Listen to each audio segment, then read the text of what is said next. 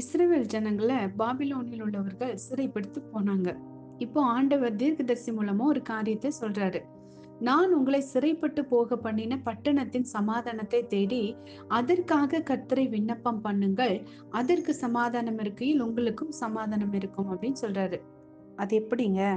இவங்கள சிறைப்பிடிச்சிட்டு போய் டார்ச்சர் பண்ணிட்டு இருக்கிற ஜனங்களுக்காகவும் அந்த பட்டணத்துக்காகவும் இவங்க எப்படி சமாதானமா இருக்கணும்னு சொல்லி ஜெபம் பண்ண முடியும்? ஆனா ஆண்டவர் அதை செய்ய சொல்றாரு. அந்த பட்டணத்தின் சமாதானத்தை தேடி அதற்காக கர்த்தரை விண்ணப்பம் பண்ணுங்கள். அதற்கு சமாதானம் இருக்கையில் உங்களுக்கு சமாதானம் இருக்கும்னு சொல்றாரு.